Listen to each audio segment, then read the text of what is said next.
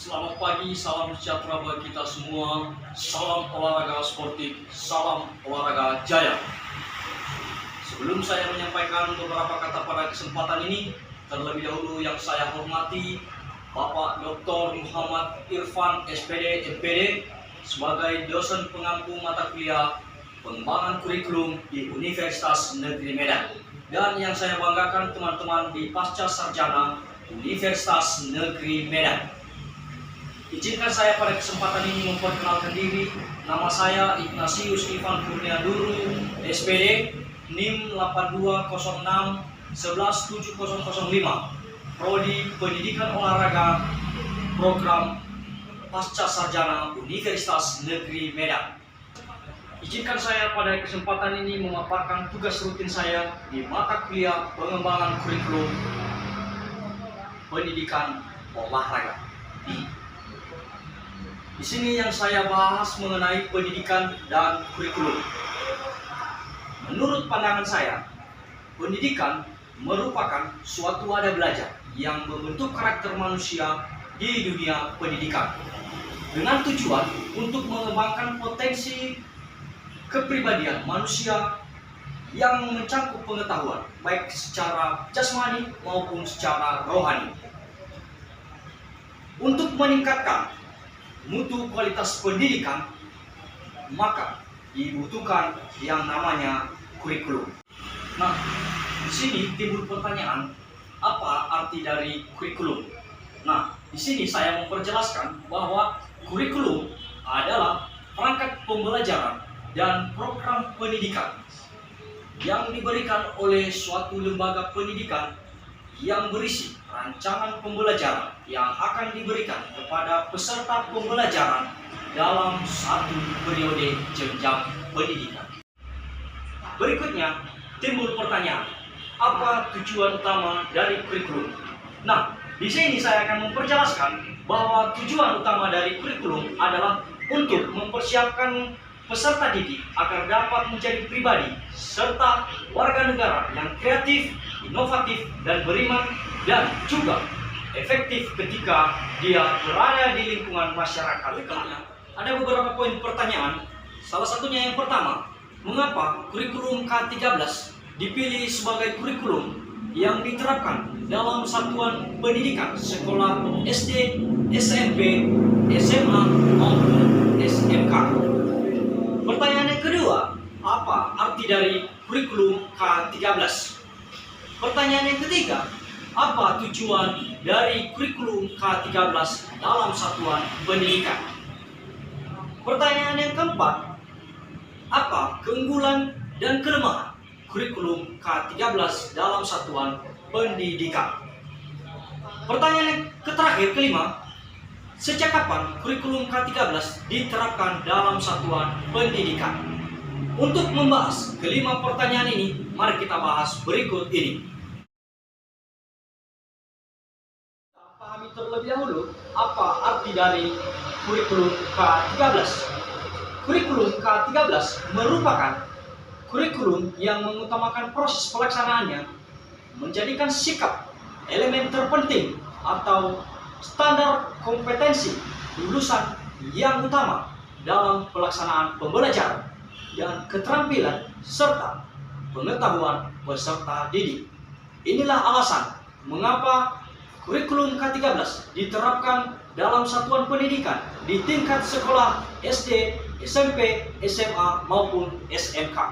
Saya kutip dari Kemendikbud, tujuan kurikulum K13 adalah untuk mempersiapkan manusia Indonesia agar memiliki kemampuan hidup sebagai pribadi dan warga negara yang beriman, produktif, kreatif, inovatif, serta efektif, serta mampu berkontribusi pada kehidupan bermasyarakat, berbangsa, bernegara, dan peradaban dunia. Prinsip utama pengembangan kurikulum K13 adalah didasari model kurikulum berbasis kompetensi dengan standar kompetensi lulusan yang ditetapkan dalam satu satuan pendidikan, jenjang pendidikan, dan program pendidikan. Selain memiliki prinsip utama dalam kurikulum ini, kurikulum K13 memiliki 3 aspek penilaian. Yang pertama, aspek pengetahuan. Yang kedua, aspek keterampilan. Dan yang ketiga, aspek sikap dan perilaku. Penjelasan ketiga aspek penilaian dalam kurikulum K13. Yang pertama, aspek pengetahuan. Aspek pengetahuan merupakan aspek yang ada di dalam materi pembelajaran untuk menambah wawasan siswa di suatu bidang. Yang kedua, aspek keterampilan.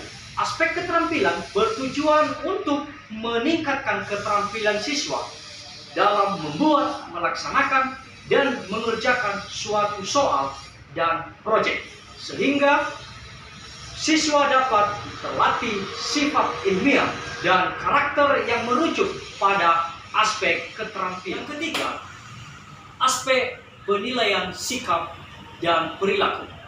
Aspek penilaian sikap dan perilaku ini merupakan aspek penilaian dengan menilai sikap dan perilaku peserta didik selama proses belajar mengajar di sekolah. Berikut penjelasan tentang keunggulan kurikulum K13. Ada beberapa poin keunggulan kurikulum K13. Yang pertama, siswa lebih dituntun untuk aktif, kreatif, dan inovatif dalam setiap pemecahan masalah yang mereka hadapi di sekolah. Yang kedua, adanya penilaian dari aspek yang meliputi nilai kesopanan, religi, praktek, sikap, dan lain-lain. Ketiga, munculnya pendidikan karakter dan pendidikan budi pekerti yang telah diintegrasikan ke dalam semua program studi. Yang keempat, adanya kompetensi yang sesuai dengan tuntutan fungsi dan pendidikan nasional. Yang kelima, kompetensi yang dimaksud menggambarkan secara holistik domain sikap, keterampilan, dan pengetahuan. Yang keenam, kurikulum ini sangat tanggap dengan fenomena dan perubahan sosial. Yang ketujuh, standar pendidikan mengarah pada penilaian berbasis kompetensi seperti sikap, keterampilan, dan pengetahuan secara proporsional.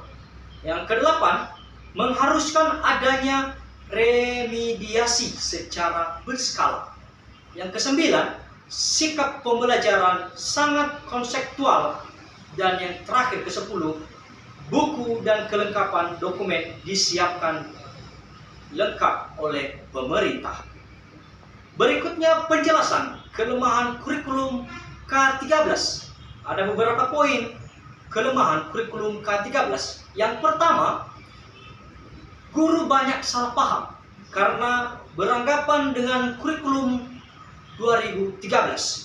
Guru tidak perlu menjelaskan materi kepada siswa di kelas. Padahal banyak mata pelajaran yang harus tetap ada penjelasan dari guru.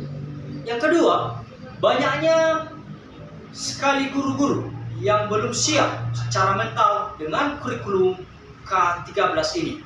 Yang ketiga, kurangnya pemahaman guru dengan konsep pendekatan signifikan.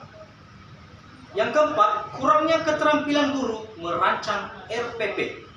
Yang kelima, guru tidak banyak yang menguasai penilaian autentik. Dan yang keenam, terlalu banyak materi yang dikuasai siswa.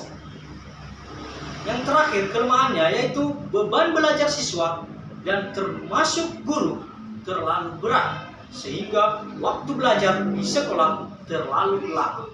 Berikutnya pertanyaan yang terakhir, sejak kapan kurikulum K13 diterapkan di satuan pendidikan? Menurut pandangan saya, kurikulum K13 diterapkan pada tahun 2013 yang telah diimplementasikan di pertengahan tahun 2013.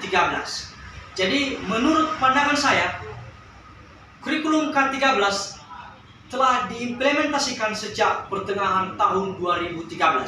Jadi demikian pemaparan tugas rutin saya pada mata kuliah pengembangan kurikulum. Lebih dan kurangnya saya memohon maaf. Akhir kata saya ucapkan terima kasih. Selamat siang, salam olahraga sportif, salam olahraga jaya.